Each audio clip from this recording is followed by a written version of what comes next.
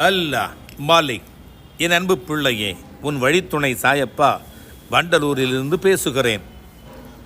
ஏன் கலங்குகிறாய்? இதுவும் கடந்து போகும் என்கின்ற நம்பிக்கையிலே உன் வாழ்க்கை பயணத்தை தொடர்ந்து நடத்து. கோபப்படு சில நேரங்களிலே, ஆனால் அதற்கு முன்பாக அதைவிட 3 மடங்கு பொறுமையாக இரு.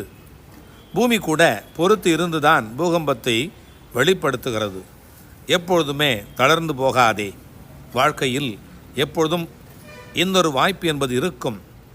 உன்னுடைய உள்ளமும் சிந்தனையும் தெளிவாக இருக்குமானால் உன்னை யாராலும் வீழ்த்தவே முடியாது. உன்னுடைய மனசாட்சிக்கு நீ உண்மையாக இருந்தால் மட்டும் போதும். மற்றவர்களிடத்தில் அதை நிரூபிக்க வேண்டிய அவசியம் இல்லை.